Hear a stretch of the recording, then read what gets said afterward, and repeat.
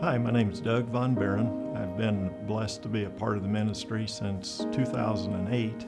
Although I haven't been a part of each camp, I've been involved in all the aspects from the Royal Family Kids Camp for the 12-year-olds and under down to 6-year-olds, up to the Extreme Life camps for 12 to 18-year-olds, and been involved with the mentoring.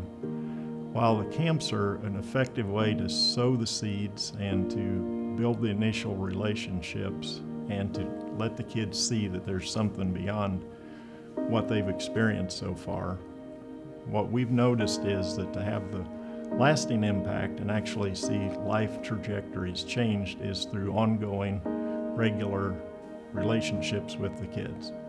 That's taken a number of different aspects. We've had some of our ladies that have come alongside some of our girls.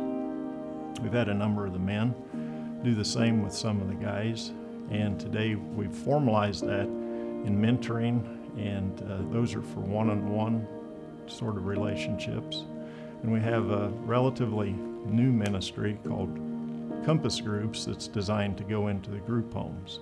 So I'm going to equate that scattering and sowing of the seeds to what a farmer does. A farmer doesn't simply just scatter the seeds and expect to have a harvest. They understand that there's going to need tilling, watering, fertilizing, and even harvesting. And that's where those mentoring relationships take place and have the impact, whether that's the one-on-one mentoring or through the Compass Groups. The kids' lives we've seen transformed have all been through those ongoing mentoring relationships. And I'll give you an example of one that I was a part of through the Compass Groups. This relationship started through one of the camps. I was led to mentor one of the boys, and he was in one of the group homes in the area. When I walked through those doors expecting to mentor one boy, the reality was there were 8 boys. And so how do we build a discipleship team to come alongside of them? And for almost a year now, myself, Bill Parsons, Quinn Lyles, Vadim, a number of other men have been regularly going out to the group home once a week. We carry food, we build relationships, hang out with the guys, and then do a Bible study that is in response to the things the boys are dealing with. So one of those evenings, Amber actually was able to see the first night that this boy was there, and I'll call him Timmy for the sake of privacy. So Timmy had just been placed into care. He was really in shock from going through that trauma. And he was on the couch, literally covered up. All we could see was his top of his head peeking out from under the covers. And when we started the Bible study, we invited him to come join us, but he didn't seem interested, but he didn't leave either. He didn't go back to his room. He stayed on the couch and listened. So that was my first contact with him. So I'm praying, how do I reach out to that young man? And God impressed on me to approach him and say, you know, it breaks my heart to realize that you've experienced what you've had to realize to wind up in a situation like this.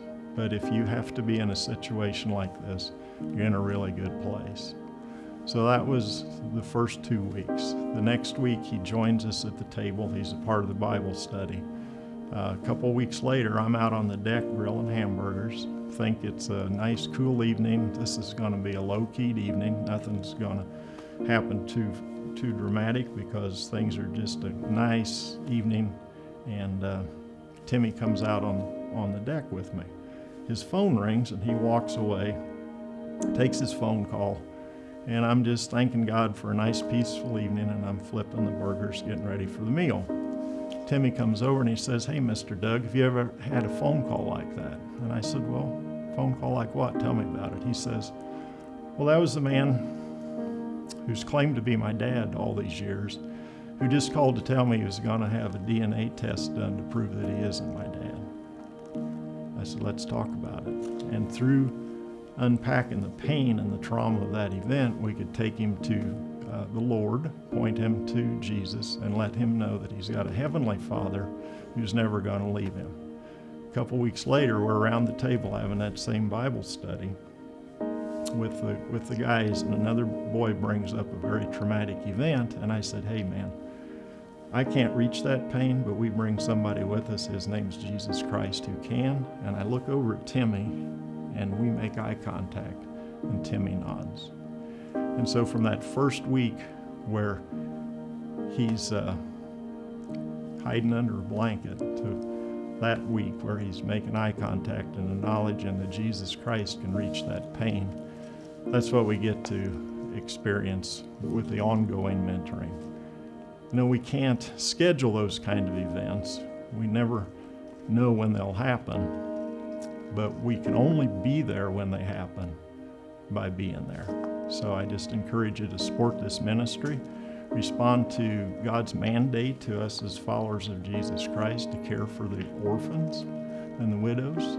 We might have something to share with those who are in need. So just have you prayerfully consider those words and how you'd respond to them. Thank you.